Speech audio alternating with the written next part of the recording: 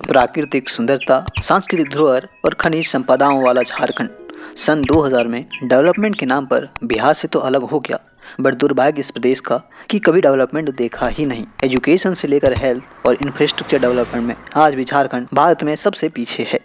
हालांकि recent year में कुछ बेसिक्स इंफ्रास्ट्रक्चर को बेहतर करने के लिए काम जरूर शुरू किया गया है, बट वह भी स्कैम और लूटपाट के भेंट चढ़ जा रहा है। मैंने अभी रिसेंटली झारखंड स्कैम से जुड़ी एक बहुत ही खूबसूरत वीडियो बनाया हूँ। आप उस वीडियो को जरूर देखिए, ऊपर आई बटन में वीडियो मिल जाएगा। आपको मालूम पड़ेगा कि झारखंड में डेवलपमेंट हो क्यों नहीं पाती है। खैर, आज की इस वीडियो को शुरू करते हैं और देखते हैं आज झारखंड में कौन कौन से नए परियोजनाएं शुरू हुई है। हालांकि इससे पहले भी मैंने झारखंड से रिलेटेड एक वीडियो बनाया हूँ जिसमें कुछ बड़े और नए परियोजनाओं को जिक्र करा हूँ, बट आज का वीडियो बिल्कुल फ्रेश और न्यू परियोजना पर बात करेगा। तो प्लीज़ वीडियो को पूरा ज़रूर देखें और हाँ, चैनल को ज़रूर सब्सक्राइब कर लें, क्योंकि आपका एक सब्सक्राइब, आपका एक लाइक हमें मोटिवेट करता है। आपके शहर या आपके स्टेट से रिलेटेड ज़्यादा अच्छे से रिसर्च कराऊंगा।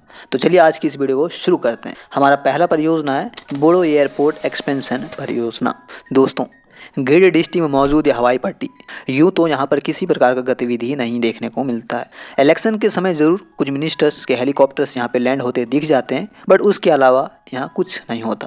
बट चूंकि रनवे का विस्तार होने का प्रस्ताव हुआ है, तो आने वाले समय में हम उम्मीद कर सकते हैं। गिरिडीह सी नमन पीएस लपरा जी का कहना है कि एयरपोर्ट के आसपास 35 एकड़ प्लॉट को एक्वायर करना है और इस गिरिडीह एयरपोर्ट का, जो कि लोकल में बोड़ो एयरपोर्ट भी कहते हैं, इसका एक्सपेंशन करना है। एक्सपेंशन में क्या क्या सुविधाएं होगी, क्या क्या डेवलप करी जाएगी, अभी स्पष्ट रूप से जानकारी तो सामने नहीं आया है, बट ये बात तो क्लियर है कि 60 करोड़ की लागत से आसपास का जमीन अलॉट किया जाना है, जिसमें एक रनवे और एक टर्मिनल बनाया जाना प्रस्तावित है।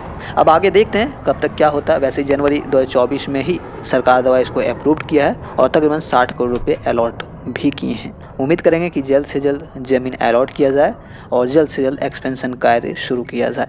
वैसे इससे जुड़े एक इंटरेस्टिंग बात यह है कि देवघर में बनकर तैयार हुआ इंटरनेशनल एयरपोर्ट पहले गिरिडीह में ही प्रस्तावित था, बट कुछ पॉलिटिकल क्राइसिस की वजह से गिरिडीह का एयरपोर्ट देवघर ट्रांसफर कर दिया। खैर, देखते हैं कि गिरिडीह एयरपोर्ट का एक्सपेंशन कब चालू होता है। दूसरा परियोजना Jamshedpur Asansol new rail line परियोजना। दोस्तों, जमशेदपुर आसनसोल रेल लाइन अभी रिसेंटली 29-30 अगस्त को ही CCA की बैठक में अप्रूव किया है। यह रेल लाइन परियोजना भारत की 2 स्टील सिटी जमशेदपुर और आसनसोल को कनेक्ट करेगा और ये इस रूट का तीसरा लाइन भी है, जिसका लेंथ 121 किलोमीटर है।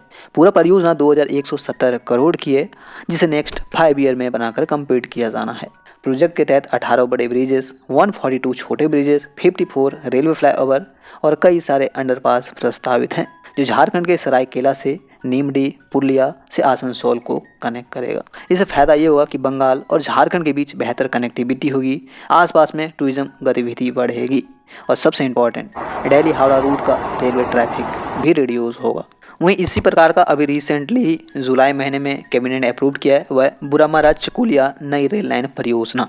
दोस्तों, यह 60 किलोमीटर का लंबा रेल लाइन परियोजना है, जो झारखंड के पूर्वी सिंहभूम से पश्चिम बंगाल का झाड़ग्राम और ओडिशा का मयूरभंज को कनेक्ट करेगा। यह परियोजना इतना इंपॉर्टेंट है कि पिछले 2 दशक से मांग चल रहा था, बट फाइनली जुलाई में मोदी जी ने अप्रूव कर दिया। इससे तकरीबन 40 लाख लोगों को बेनिफिट होगा और इसीलिए इस परियोजना की डिमांड काफ़ी लंबे समय से थी।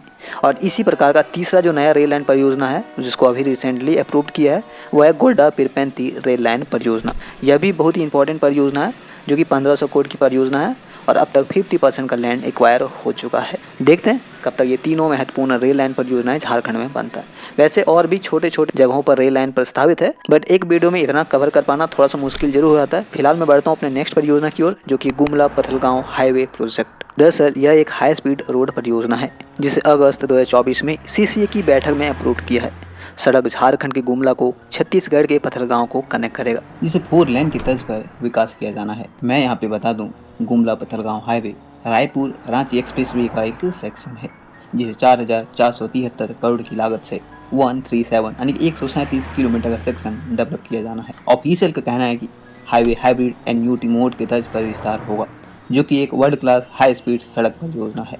यह गुमला, लोहरदगा, रायगढ़, कोरबा, धनबाद और माइंस रीजन को कनेक्ट करेगा। देखते हैं अभी रिसेंटली अप्रूव्ड हुआ गुमला पथलगांव हाईवे परियोजना जो झारखंड के लिए एक बेहतर परियोजना है, एक बड़ा परियोजना है। देखते हैं लैंड एक्विजिशन का काम कब शुरू होता है और कब तक इसकी कंस्ट्रक्शन शुरू होती है। चौथा है पीर टांड लिफ्ट इरिगेशन प्रोजेक्ट। 10 मार्च 2024 को ही पूर्व मुख्यमंत्री चंपाई सोरेन ने इस परियोजना की शुरुआत किया था, मतलब आधारशिला रखा था। हालांकि 29 फरवरी को ही झारखंड कैबिनेट ने इसको मंजूरी दे दी थी। इस परियोजना के तहत कुम्हरलालो बड़ाकर नदी के किनारे पंप हाउस और वियर बनवाया जाना है, जिसका लागत 551 करोड़ होगा। 551 करोड़ की परियोजना एक बड़ा परियोजना होता है, मतलब एक मेगा इरिगेशन प्रोजेक्ट है जिसका लाभ पूरे गिरिडीह डिस्ट्रिक्ट के 17 पंचायतों को मिलेगा। इससे बेनिफिट ये होगा कि तकरीबन 10,173 एकड़ लैंड एरिगेट होने में मदद करेगा। साथ ही साथ इस एरिया में साल भर लोग खेती कर पाएंगे। तो देखते हैं पीर टांड का लिफ्ट इरिगेशन प्रोजेक्ट, जो कि इस एरिया का एक महत्वपूर्ण परियोजना है, वो कब तक शुरू हो पाता है। हालांकि इससे जुड़ी एक बैड न्यूज़ भी है, क्योंकि चंपाई सोरेन अब मुख्यमंत्री भी नहीं रहे और ना ही वो अब जेएमएम में हैं। तो संभावनाएं थोड़ी सी कम जरूर हो जाती है इस परियोजना की, बट उम्मीद कर सकते हैं कि ये परियोजनाएं बनकर रहेगी, क्योंकि फरवरी में झारखंड कैबिनेट ने इसको मंजूरी दी थी। तो उम्मीद करेंगे किसी भी प्रकार का पॉलिटिक्स का शिकार ना बने। वहीं ऐसे ही 3 और परियोजनाएं झारखंड सरकार द्वारा 3 अलग अलग जगहों पर प्रस्तावित किया है, जैसे दुमका डिस्ट्रिक्ट के Masalia Raneshwar mega irrigation project, Deoghar district का पुनारी जलाशय परियोजना, साहिबगंज का गुमानी बैराज परियोजना, ये 3 और एक पीर टांड लिफ्ट इरिगेशन प्रोजेक्ट। ये चारों अभी झारखंड गवर्नमेंट ने ही शुरू किए हैं। अगर ये चारों परियोजनाएं बनकर तैयार होती है तो निश्चित तौर पर झारखंड के लोगों को बेनिफिट होगा। वहीं इससे पहले से कुछ चल रहे इरिगेशन प्रोजेक्ट पर अगर ध्यान देते हैं तो वह नॉर्थ कोल जलाशय परियोजना। 2019 में मोदी कैबिनेट ने इसको बनाने पर अप्रूवल दिया था, बट आज भी वैसा कुछ काम यहाँ पर हुआ नहीं है। कोनार इरिगेशन प्रोजेक्ट भी ऐसे ही है, बताया जाता है कि पिछले 40-45 साल से बन रहा है। और वैसा ही कुछ भटेश्वर गंगा पंप कनाल परियोजना, ये एक इंटर स्टेट परियोजना है जो झारखंड और बिहार को कवर करता है। इस पर भी वैसा कुछ अपडेट नहीं देखने को मिलता है। हालांकि ये सभी परियोजनाएं झारखंड और बिहार को निश्चित रूप से बेनिफिट पहुँचाएगा, बट कहीं ना कहीं मैंने शुरू में कहा पॉलिटिक्स, स्कैम और लूटपाट के हाथ चढ़ जाता है, तो उम्मीद कम कर सकते हैं। फिलहाल देखते हैं इन सब का फ्यूचर क्या होता है। वैसे हमारा नेक्स्ट परियोजना है कोल गैसिफिकेशन पायलट प्रोजेक्ट। दोस्तों, यह ना सिर्फ झारखंड का, इनफैक्ट पूरे भारत का वन ऑफ द इम्पोर्टेंट परियोजना में से एक है, जिसको जामताड़ा डिस्ट्रिक्ट में कस्ता कोयल ब्लॉक में बनाया जा रहा है। परियोजना का मुख्य उद्देश्य माइंस के भीतर ही कोल से अलग अलग गैस को प्रोड्यूस करना है, जैसे मीथेन, हाइड्रोजन, कार्बन मोनोऑक्साइड जैसे गैस। इसकी शुरुआत जून 22, 2024 को ही हुआ था, जो कि एक पायलट प्रोजेक्ट के रूप में इसको शुरू किया गया है और 2 साल में इसको बनाकर कंप्लीट किया जाना है। देखते हैं अगले 2 साल में यह बनकर तैयार होता है या नहीं। वैसे इसे कोल इंडिया लिमिटेड की सब्सिडियरी यानी कि सहायक company Eastern Coal Field Limited द्वारा इसको बनवा रहा है। का funding Central Mines Planning and Design Institute Ranchi और Canadian company Agro Exergy Technology Inc कर रहा है। तो देखते हैं ये कब तक बनकर तैयार होता है। वैसे यह भारत में इस प्रकार का पहला परियोजना है। वहीं इसके अलावा भी HPCL गैस नेटवर्क परियोजना, जो कि गोड्डा और दुमका को कनेक्ट करेगा, Ranchi airport cargo service terminal project, Indian oil PNG project Deoghar में बनाया जा रहा है, वाराणसी रांची कोलकाता इंटरस्टेट हाईवे बन रहा है। ऐसे कई परियोजनाएं जो 2024 में ही झारखंड में शुरू हुए हैं। उम्मीद करेंगे ये सारी परियोजनाएं बिना करप्शन की भेंट चढ़े झारखंड में जल्द से जल्द बनकर तैयार हो।